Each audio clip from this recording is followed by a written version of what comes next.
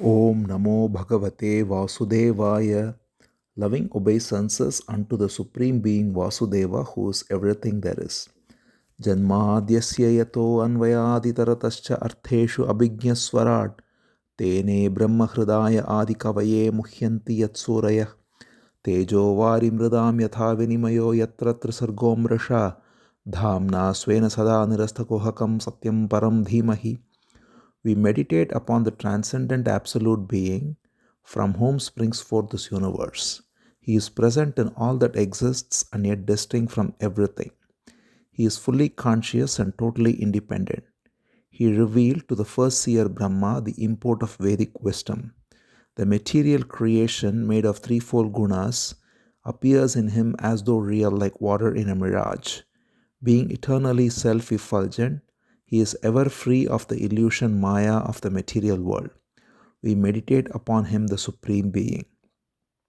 Nigamakalpataror galitam phalam shukamukad amritadrava sanyutam pibata bhagavatam rasamalayam muhuraho rasika bhuvi bhavukaha.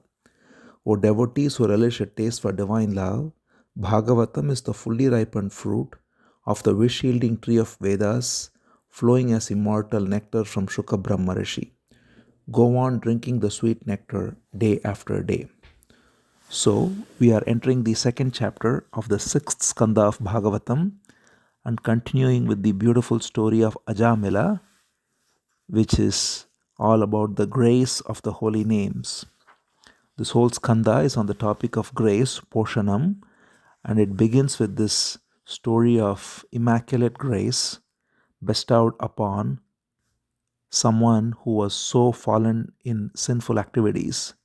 So the only thing he did, as we saw, was he called out the holy name of the Lord at the time of his death. In fact, there is a verse in the last chapter which is good to go over again. It says, Saevam vartamano agyo mrityukala upasthite matim chakara tanaye bale narayana ahvaye. It is said that Mrityukala, at the time of his death, when he was about to die, in that instant he called his boy Narayana, the name of the Lord. It was not even remembering the Lord, but simply the name of the Lord. And so that resulted in the messengers of the Supreme Being called Vishnu Dutas, who came and stopped the Yama Dutas, the messengers of death, from taking him away to hell. And there is a conversation between them. So we continue with that. We saw the Yama Dutas, the messengers of death, make a solid case for why this fellow deserves to go to hell, because he walked away from his dharma, he abandoned his wife, his parents, his duties. He fell for a lewd woman who was given to drinking and many unchaste ways, and he was caught in her web and indulged in many sinful activities like robbery and so on to feed her and to give her money. And all this he had done, therefore he deserves hell. Now the Vishnu Dutas reply, having heard the case made by the messengers of death, the messengers of the Lord now replied to them. So there are three Yamadutas, it is said, three of them have come, and there are four Vishnu Dutas. So the four Vishnu Dutas now address the three messengers of death and they say, you seem to have made a very strong case, but unfortunately, you have abandoned the real meaning of dharma and you are about to inflict punishment unnecessarily on someone who does not deserve punishment. So they right away state something that shocks these messengers of death because they are convinced that he deserves all kinds of punishment. And they right away say that you seem to know dharma, you seem to talk very eloquently about dharma, and yet you who are meant to know dharma have made a grave mistake by deciding to punish someone who doesn't deserve punishment. Then they say, if you make these mistakes, then what can people trust on. So they say that you are being the messengers of death, and Yama is known for being the most just person, the embodiment of dharma. And so, you being messengers of Yama, of dharma, if you make a mistake in really making a measure of what is true dharma and what is adharma, then what will people resort to? Because people normally follow those who are leaders. So, this is something that is seen in Bhagavad Gita too. The same words literally they repeat here. They say, Yadyad acharati shreyan itaras tattat ihate sayat pramanam kurute lokas tad anuvartate. This is the same verse that Krishna tells Arjuna in the third chapter, that you cannot now flinch from your duty, because not only will you affect your own life, but you will affect many, because everybody looks up to you. So, same thing is now said by the messengers of the Lord to the messengers of death, that you are carrying the word of Yama, justice itself. And if you make an unjust act, then people will also follow this and they will also indulge in unjust activities, because people are generally prone to follow leaders, and Yama is a true leader. Death is the greatest teacher, in fact, and therefore, if the messengers of death make a mistake, then how can the world trust anyone? Why? So now they have made the case as to why he is making a mistake. Yama's messengers, rather, why they are making a mistake. And now, what is the mistake? So they make it very clear now. The Vishnu Dutas say, you may think he has done a lot of sins, but he has atoned for all the sins, not only of this life, but of all the lives he has had before, all the sins he has done in all the lives, simply because he uttered the name of Sri Hari at the very last moment. And that is the highest atonement and the direct means for liberation.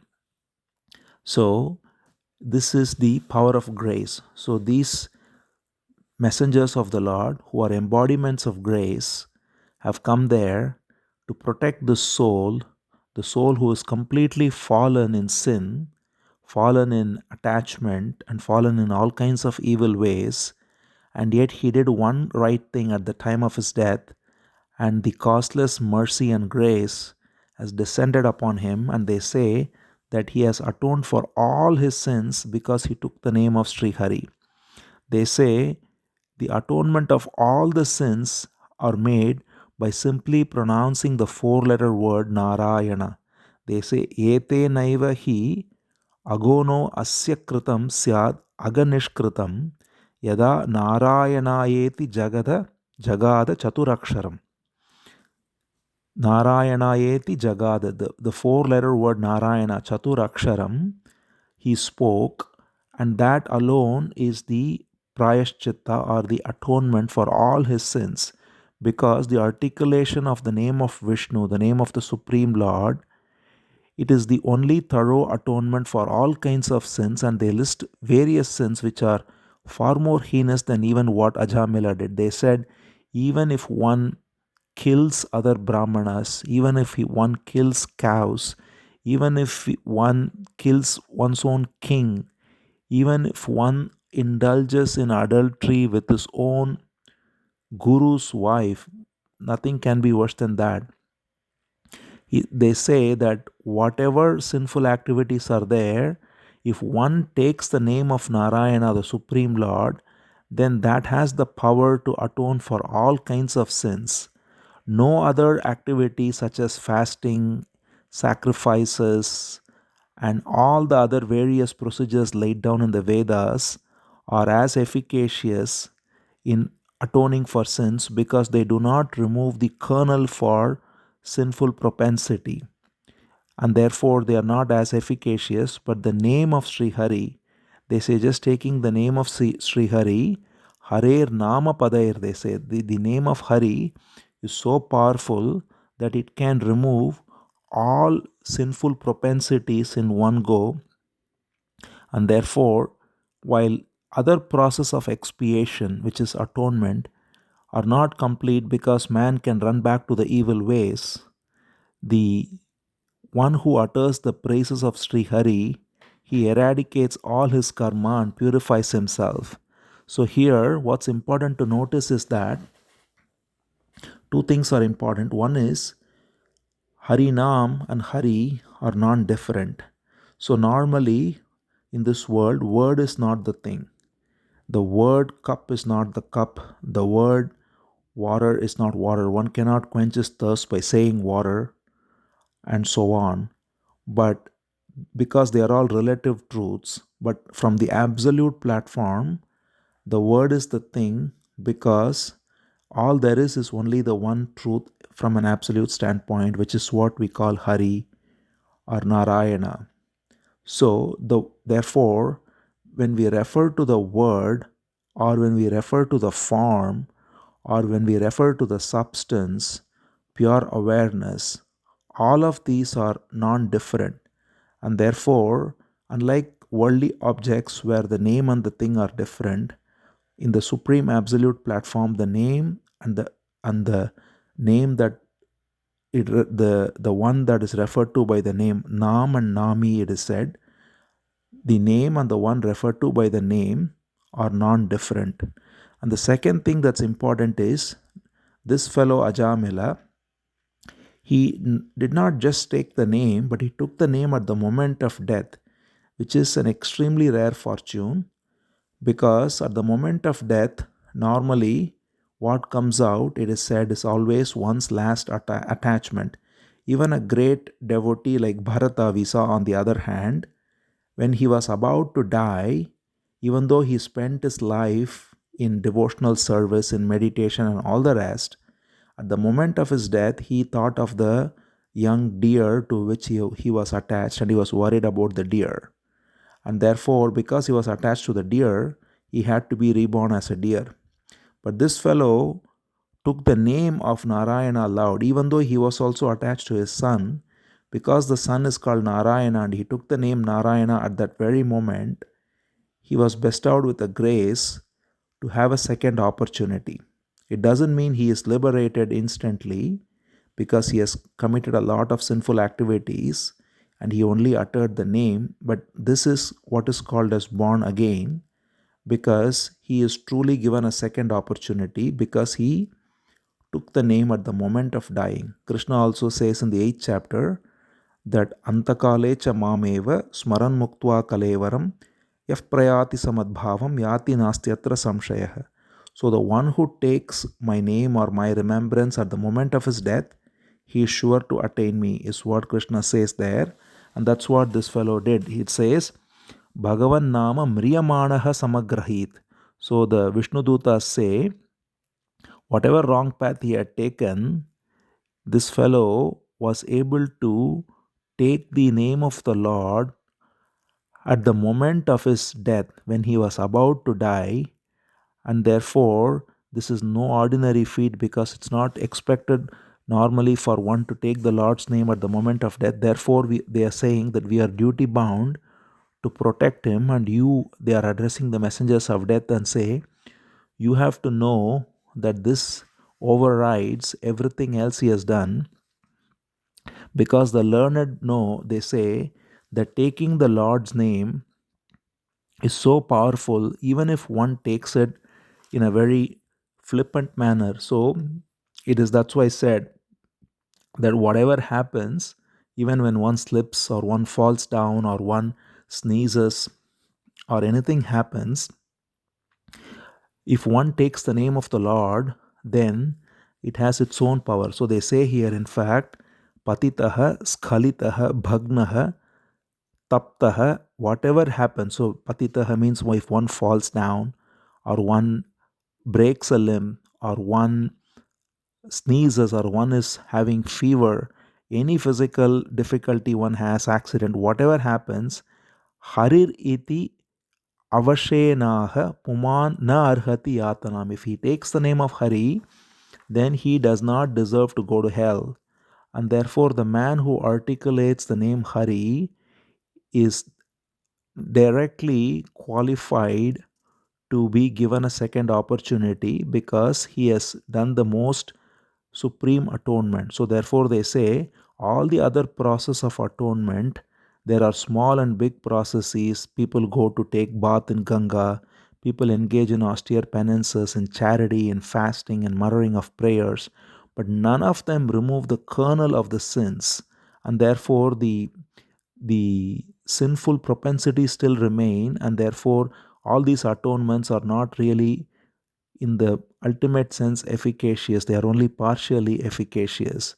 But the name of the Lord is so powerful that if one takes it, then it can burn all the sins thus far and it gives one a clean slate, as it were. So they say, the beautiful example they give here is like fire. Whether one puts his hand knowing full well that the fire will burn, or even if a child puts the finger without knowing anything about fire, regardless, the fire will burn. So they say Ajnadat Atava Jnanat Uttama Shloka Namayat Sankirtitam Agam Pumso Dahed Edho Yatha Nanalah.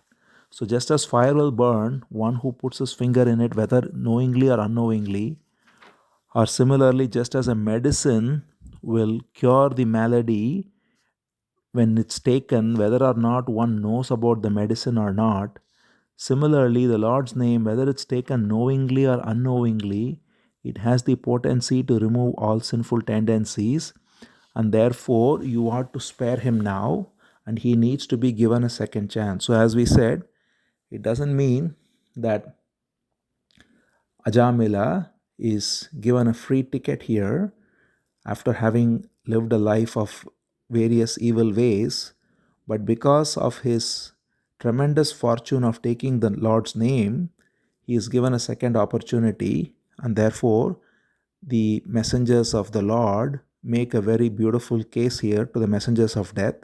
And all this is very symbolic, again, giving the beauty of the power of grace. So we may think that we are fallen or we are caught in so many negative thoughts, and there is always self judgment people have about oneself, and it is only because of self judgment that we judge others too.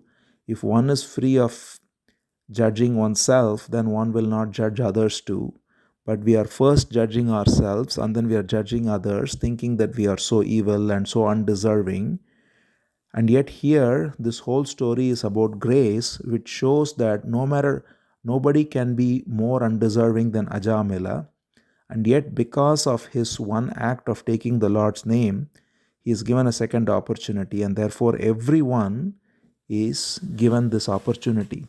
And that is why Krishna says in the 9th chapter, beautiful verses there, where he says, Apichetsu duracharo bhajate mam ananya bhak sadureva samantavyah samyak vyavasito hisaha. This is 9th chapter, 30th verse. Krishna says, even if one is utterly immoral, even if one is utterly given to unrighteousness, if one turns around to worship me and he starts that, then he has to be considered a sadhu, a saint. So this is the great promise given by Krishna. So this is the compassion. So there is no judgment here. There is no contrary to what religions in general speak about of heaven and hell and burning souls in hell and all the rest. Here what we see is causeless mercy and compassion. Krishna makes this beautiful promise in Gita that the most immoral person, Suduracharaha, if he turns toward me once, then he is redeemed. And Krishna says he has to be also not just considered redeemed, but he has to be considered a saint, sadhureva mantavyaha. So he has to be given the respect of a saint. So anyone is there ready and deserving to get a second chance, and that's what Ajamila's story says us about the power of grace. It tells us that this is what he is being bestowed with, and therefore, after hearing this beautiful exposition by the messengers of the Lord, the messengers of death, they immediately respected what they heard and they withdrew themselves.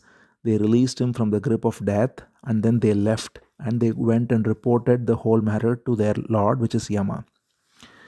And meanwhile, this fellow, Ajamila, was now completely disentangled and he regained his former self, because this is what is called as truly born again, Dvijaha. So he is now born again into his former self, that is, he was a pious person living, as we saw originally, in a very pious family, giving respect to Guru, respect to older people, serving his parents, having a beautiful wife, faithfully serving her, she serving him, and living a very regulated life. But because of one temptation, he fell down badly.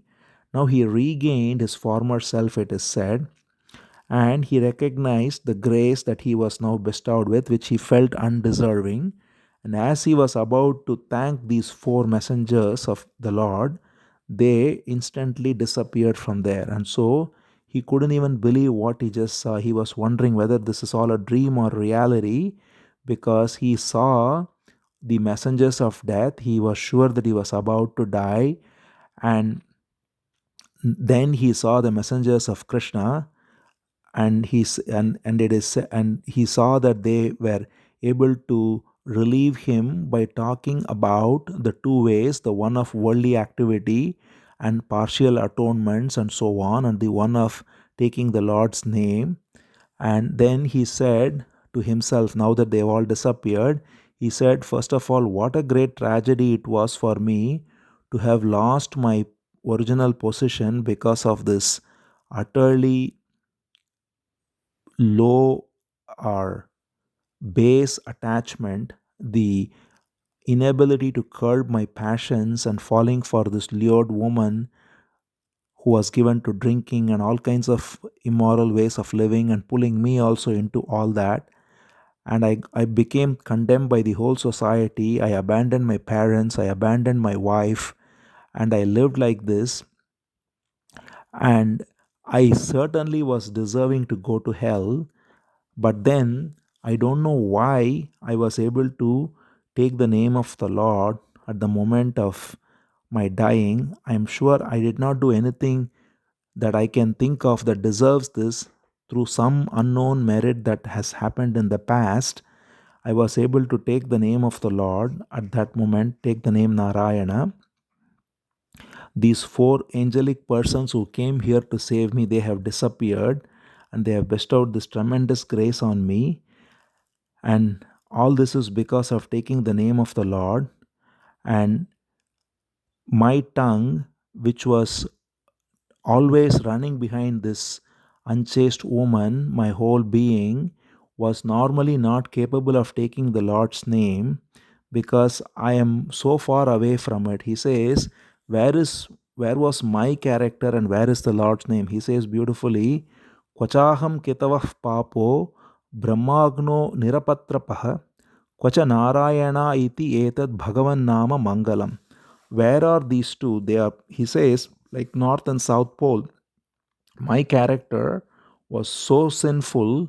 I was living completely steeped in sin, doing all kinds of evil things.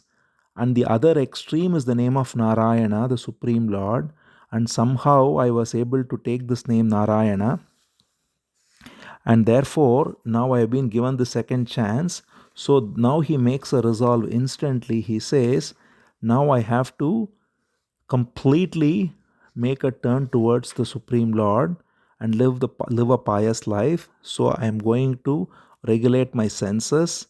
I am going to never be caught in desires again. And he says, I shall be free of attachment to this woman or to family or to anyone for that matter, and I shall be free of ignorance, which is the root of attachment, the ignorance of identification with the body and then craving for sensory pleasures through the body. And I shall be therefore free of all activities that are towards chasing such pleasures, and I shall be benevolent to all living beings. I shall be friendly, and I shall be completely abiding in myself. He makes this beautiful resolve. He says, Sarva Bhuta Suhrit Shanto Maitra Karuna Atmavan. He says, I shall be friendly to all living beings, compassionate and abiding in the pure self. and thereby I shall now make full use of the grace that has been bestowed upon me undeservingly. Therefore, he says, I shall give up the sense of I and mine, and I shall fix my entire thought on the Supreme Being. I shall devote my entire mind to the Almighty Lord, and by chanting His names and by purifying the mind, I shall spend the rest of my life only in His remembrance. He says, Mama aham iti dehadau hitva. By abandoning completely mine and I, Mama means mine, aham is I. By abandoning all the sense of mine and I, मिथ्यार्थ धीर्मतिम धास्ये मनो Bhagwati शुद्धम तत्कीर्तनादिभिः. I shall keep my mind only in Bhagavan and only spend my time in his praises and his names. So, having thus conceived a total aversion to sensory pleasures and a total dedication to abiding in pure Bhagavan consciousness, pure God consciousness, all because of a moment's association with the messengers of the Lord. So, this is the other aspect of grace. First is the name of the Lord, which bestowed him the grace of being freed from the noose of the messengers of death. Second is the grace of the association with the Vishnu Dutas, with the devotees of the Lord, who are the messengers of the Lord. So that is why Sadhu Sangha or Satsanga is so efficacious. More than one's own attempts at sadhana, simply associating with those who are completely dedicated gives us the taste for the higher way of living, and thereby we are able to free ourselves from lower carnal pleasures and so on. So, this is why he now thanks the association of the servants of the Lord for helping him throw off all the fetters of attachment, and so he instantly leaves his place. So, he was in Kanauj, as we saw, which is somewhere near Kanpur of modern day Bharat. He leaves that place instantly and he goes to the banks of Ganga in Haridwar, which is also called Ganga Dwar. And interestingly, as we know, Haridwar is the exact same place where the conversation between Shuka Brahma Rishi and Parikshit is happening. So, to that very location, but much before that conversation happened, this Ajamila story happened. So, Ajamila retires to Haridwar, and there he settles down at this holy place and he commits himself to total abidance in the Supreme Lord.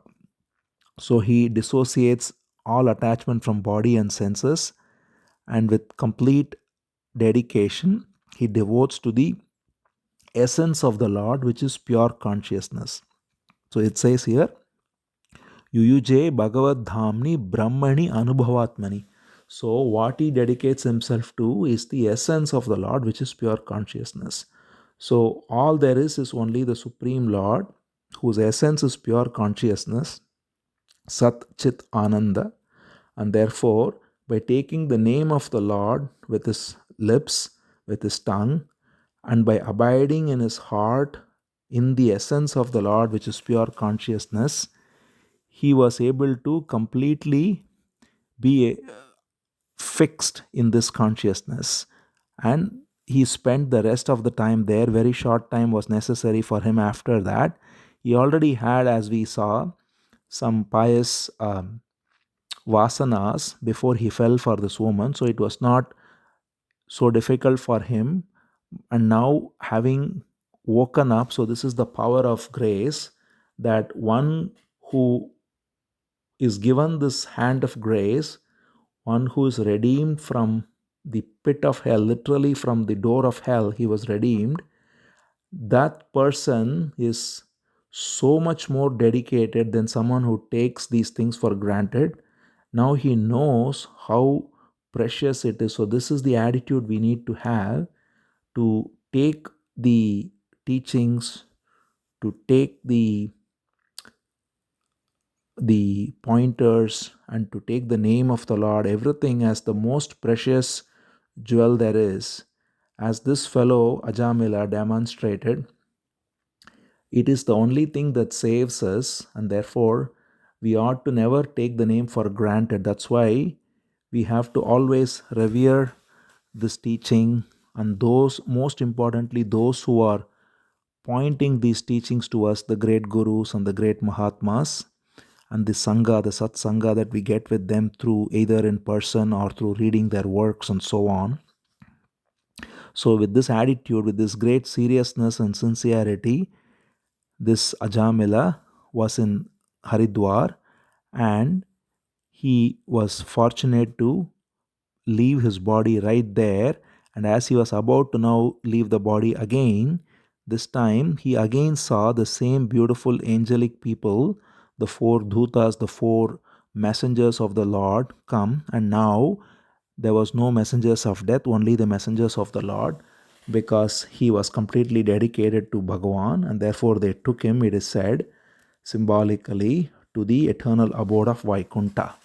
And thereby this story ends, and Shuka Brahma Rishi concludes by saying, this Brahmana, this Ajamila, though he kept a woman of a very menial character, and he transgressed all his vows and his duties, and had fallen very badly, he was completely freed because of the divine name. And therefore, it says, Vimukto Bhagavan Nama Grhanan, by taking the name of the Lord. So this is the power of the grace of the Lord. How sweet, there is a song, Amazing Grace, how sweet the name, a name that saved the soul, a soul like me. So that can be sung for Ajamila very appropriately. This is what happens for Ajamila. It saved a soul like Ajamila, the name of the Lord. And therefore, Shuka Brahma Rishi concludes by saying that for those who seek liberation, there is nothing more efficacious in rooting out the sinful propensities than chanting the name of the Lord. By this chanting alone, the mind is purified of all evil tendencies, and more than all other purificatory processes, this alone is enough. So this is why we have to see, first of all, the power of the holy names and how it is non-different from the substance it points to.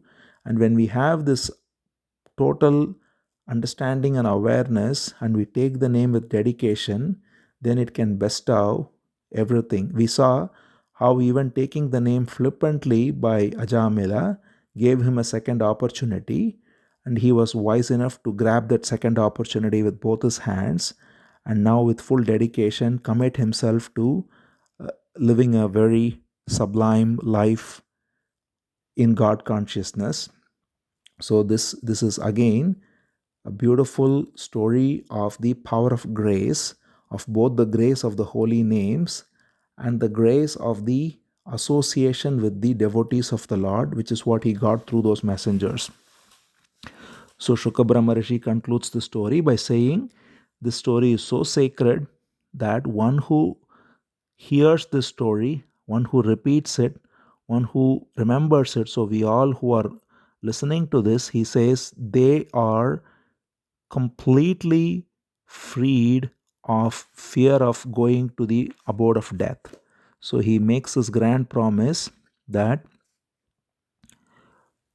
they never shall go to hell, nor shall the servants of Yama, that is death, ever look at them, because the one who listens to the story with reverence.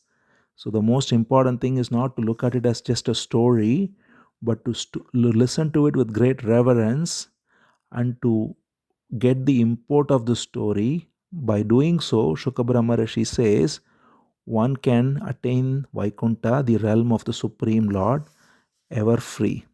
And because he says, even a great sinner like Ajamila, who simply took the name in a helpless state, was able to eventually ascend to the Lord's abode.